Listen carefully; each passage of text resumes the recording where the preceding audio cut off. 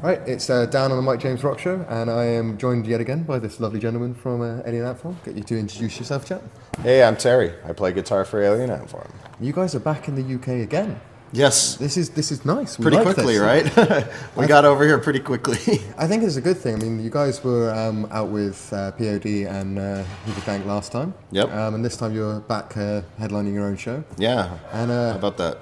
I quite like that. Very cool. Yeah. It means you get I'm to excited. play Anthology the whole way through. Yeah, when we were over here on that tour in particular, we just were blown away at how well things were going. We hadn't been over in a while. I mean, with exception to like maybe a festival or two, or like we came over for the Michael Jackson tribute that went down in Cardiff, and other than that, we hadn't been over in a while. And that string of shows with POD and Hoobastank actually kind of enlightened us to the fact that we didn't just have like a couple of well-charting songs over here. We actually had like a hit record that was a part of a lot of people's lives. Oh yeah. And whether they were went to school listening to it, or they went on a cross-country drive, or just flat out grew up listening to it.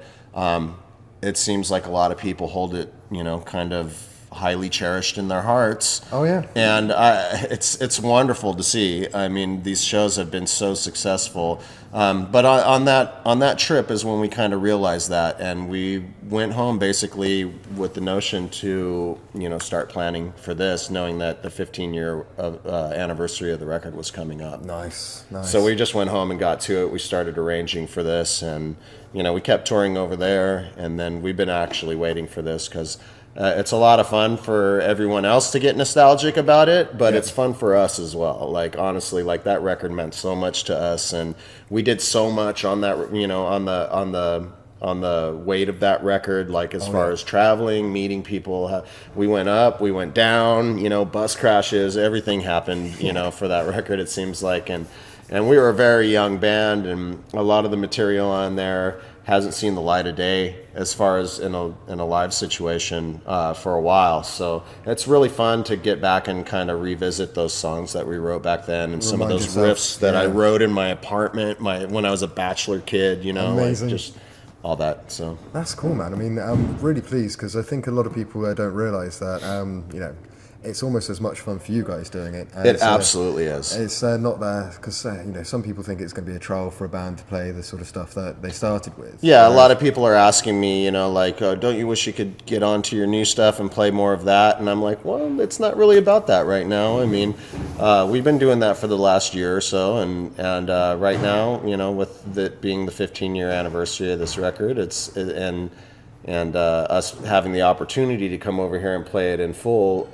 That's what's important right now. Yeah. But in every way, it's absolutely fun for us too. It's just cool to just to even play some of those songs on guitar again is just like, oh man, I remember this is so fun. Like, that's why I wrote this like that, and that's why this one's got this chord progression, or it's just fun. Well, we noticed a lot of people really dig the fact that you're sort of quite thankful for the Anthology record, and coming back and playing it, as you say now, you've got such excitement the way that you speak about the record. I think that appeals to a lot of people. It was just as special to us as it was to everyone else, man. That's fantastic. I mean, we're great. We're absolutely grateful. We're just kids from the hood. We all grew up together, and we appreciate what we've done and what we've been through, and this opportunity is magical.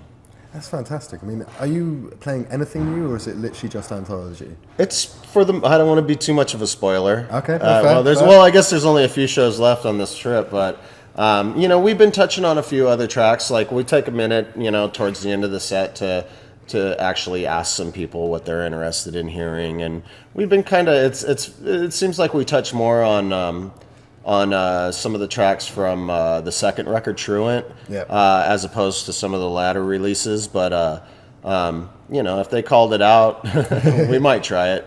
Excellent. So you guys got that sort of much confidence in playing most of your back catalogue that you can take requests from the stage? Sometimes. It depends. Cool, you know, I'm not going to give it 100% guarantee, but, you know, if we can, we will. Well, I know because I generally with this sort of stuff, especially with sort of, as we say, like the nostalgia sort of stuff, with Anthology, you put up on social media, let people know that you're going to do an interview, and everybody has had like so much love for the big tracks, but there was also a couple of people that just suddenly went, like Wish is one of my friend's favourite tracks, for example, and it's just so nice to see that people have found these things that mark like such a special time. Oh yeah, and especially it's funny that you mentioned Wish, because Wish is like, it was on that Tony Hawk video game, and I can't even imagine like the countless hours that some kids like sat and listened to that song playing over and over again. Yeah, no, so that Wish always, that's me. Yeah, that's you. See, so and Wish always gets an immediate reaction when we started because of that, you know.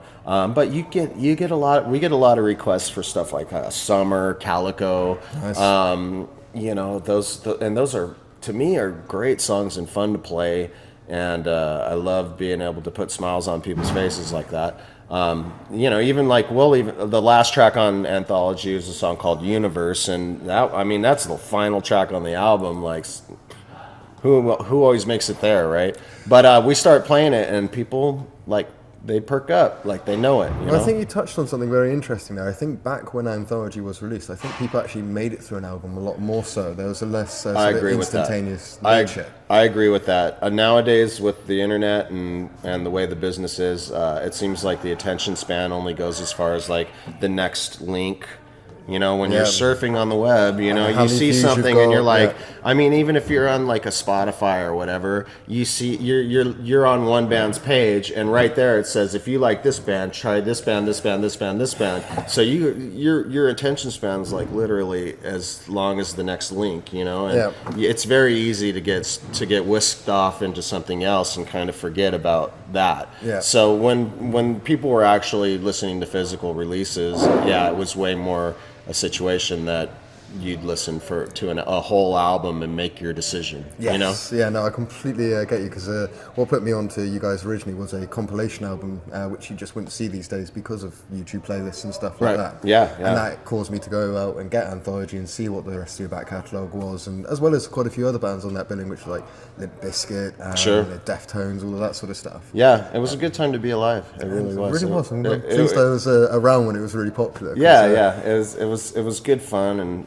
you know, obviously we'll all miss those days, but you know, there's a lot of good to embracing like the way things are done nowadays, especially for young bands that are, you know, in DIY situations, etc. You know, it's still hard, but you know, unfortunately, there's a lot of resource that comes from record labels that you'll just never be able to handle on your own, and you know, so now it's like kind of a weird mixture of the two. Yeah.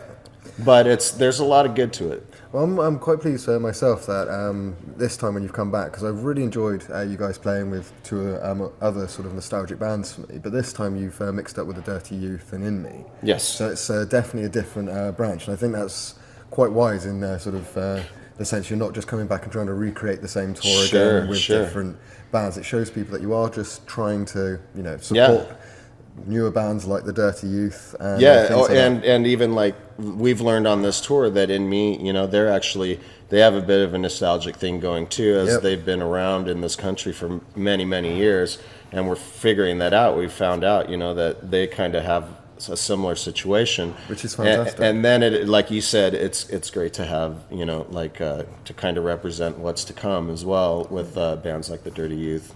Excellent. I got to, like I said, I put a little message out on the social media. A couple of questions from sort of fans is: are you planning to hit up any UK festivals this year?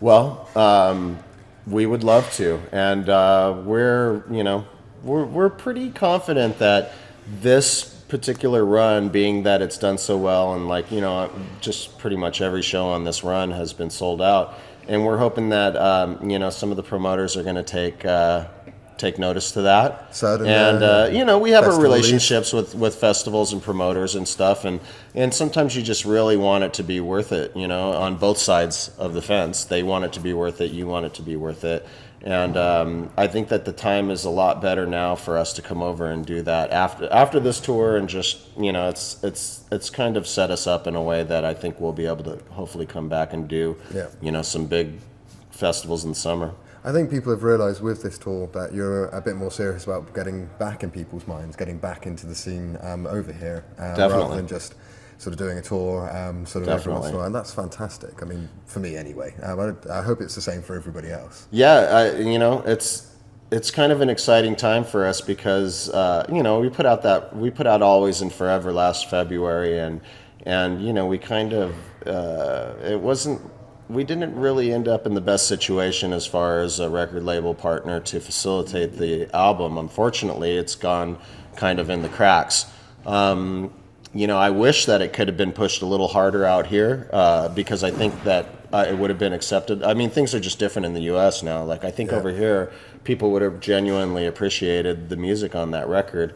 But, you know, that being said, we're really excited to actually move on to some new demoing and getting prepared for a new record so that we can actually do it a way we're more accustomed to this time, which is in a timely manner. Get that out there and out here, and you know, hopefully kind of just keep the ball rolling. You know, like come back for festivals, have a lot of fun. Show that we're still alive. Show that we're still excited. Get in people's faces, and show that we're still extremely capable. And then boom, just come with another record after that. Well, I hope that this tour does actually get people to discover that album a little bit more for you guys as well. That's definitely a positive result of doing this, I think. I think so. I think, you know, if you rejuvenate the interest in any way, people are going to dig. You know, people are naturally curious. So I think that they'll be like, whoa, you know, I went and saw this record from my youth played, you know, front to back, and it was great. It was just really, you know, reminiscent, and I feel really excited about this band right now. Hey, what's the new stuff sound like? So, I've just got one last question. Again, somebody wanted me to ask you guys, is there anybody that you would really like to collaborate with moving forward? Oh gosh, there's a lot. Not necessarily as a band. I mean, you can answer it from like a personal standpoint yourself, who you would most like to collaborate with. I don't know. You know, there's always some like music that's kind of coming out that I'm digging, whether it's, you know, a producer or a band or a particular person from a band that's like that I think is a great songwriter, and you know, there's a lot of people that it would be fun to work with, I think.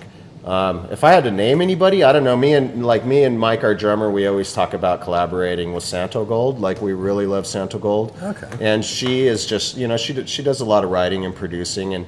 And when we did Always and Forever last year, we worked with a lot of top liners for the first time. We got into a lot of co-write situations, which was a lot of fun. It was new for us. It was definitely getting outside of our box and our comfort zone, but I think that was a good thing in a lot of ways, and a very educational thing. And we ended up working with a lot of urban writers and producers, like a lot of like kind of hip hop or you know, R&B stylistically kind of guys and girls. And I think that the mesh was really good. Like, we seem to get off a lot better with them than, say, the rock writers and stuff. Because, I mean, we really, like, we've always known how to bring rock. But to be able to kind of integrate those other genre and just elements from those other genres, I think it made for some really interesting, kind of exciting music. And the cool thing is, we've always kind of been a genre-straddling band. I reckon so, yeah. We always bounce around, you know. I mean, if you listen to our repertoire, you'll hear rock to metal to Cuban to, you know, like whatever, reggae, jazz. Like, we've kind of touched on it all. The common thread has always been Dryden's voice. Dryden's voice is super unique, and somehow we managed to kind of put our stamp and style on everything that we do. So I'd like to kind of, you know, experiment with that some more, but I think having gone through that education with that last record, and that's lovely. That's fantastic. It's a little white noise for you. Oh, they're done. Okay. I think that really kind of trained us, as humans and writers and musicians, and I think that we'll be able to kind of keep that in mind when we apply it to future music. Fantastic. Well, as last time, it's been an absolute pleasure sitting down and having a chance to pick your brain and find out what you guys are up to. And, well, I'm going to be watching you guys later and probably cheering like the 14-year-old that first listened to the album. Excellent. So thank you so much, man. You'll be in good company. Yeah, pleasure. Until next time. Cheers. Thanks again.